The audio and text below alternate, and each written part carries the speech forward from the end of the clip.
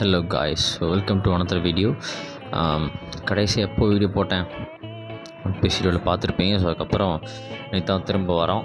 Not my idol anymore. அதான் வந்து இன்னைக்கு பேச போகிறோம். ஃபர்ஸ்ட் ஆஃப் ஆல் இதில் ஆரம்பிக்கலாம். அப்படின்னா இந்த வீடியோ பார்த்துட்டு நீங்கள் வந்துட்டு இந்த இயர்லி 2000 கிட்ஸ், லைக் இந்த 2005, 6, 7, 8, ஸோ அப்புறம் கிட்டாக இருந்தீங்கன்னா அவங்க எல்லாருக்குமே தெரியும் விஜயண்ணாவோட சுப்ரமசி என்ன அப்படின்னு சொல்லிட்டு.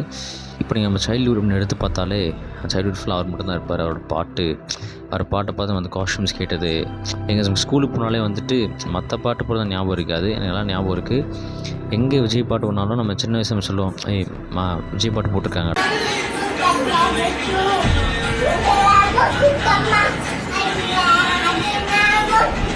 அந்த மாதிரி ஒரு க்ரேஸ் இருக்கும் விஜய். இப்போனாலே நம்ம சின்ன வயசுலேருந்து ஒரு தலைவன் அப்படின்னு க்ரேஸ் இருக்கும்.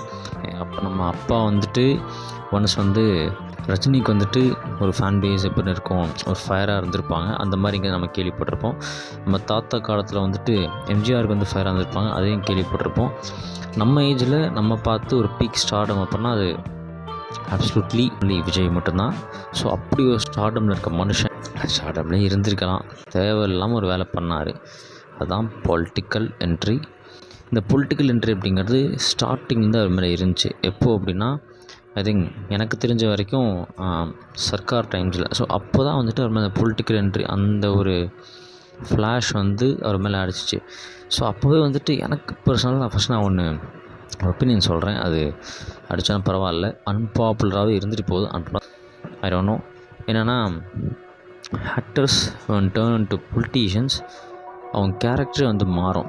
லைக் இப்போ நீங்கள் பார்த்தீங்கன்னா எக்ஸாம்பிளுக்கு யாரை சொல்கிறதுனா, இப்போ நீங்கள் விஜய்னா விடுங்க, அவரோட ஆடியோ லான்ச்சஸ் அப்படிங்கிறது அவ்வளோ அழகாக இருக்கும்.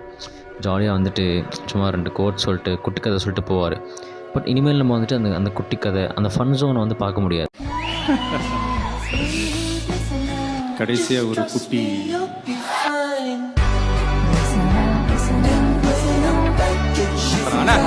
அண்ணா வாங்கண்ணா போலாண்ணா வாங்கண்ணா.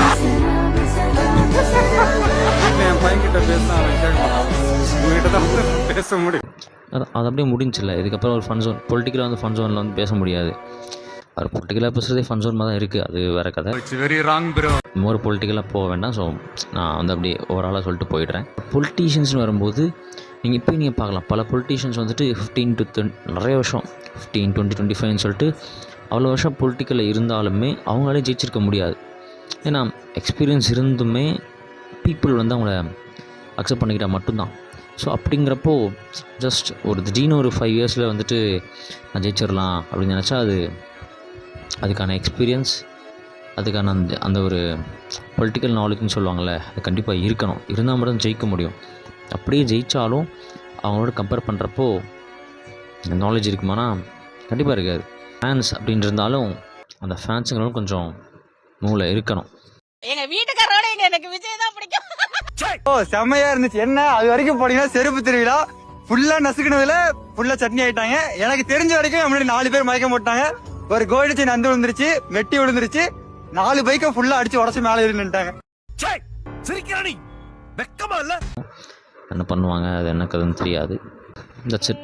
நான் வந்துட்டு சொல்லணும் அப்படின்னு ஒரு தோணுச்சு, சொல்லிடலாம் அப்படின்னு. ஸோ ஒரு வீடியோ எடுத்து அப்படியே கண்டென்ட்டாக மில்க் பண்ணிட்டேன், அவ்வளோதான். ஸோ அடுத்த வீடியோவில் சந்திப்போம். Until then, signing off, Matthew. Bye. என்ன வேணாலும்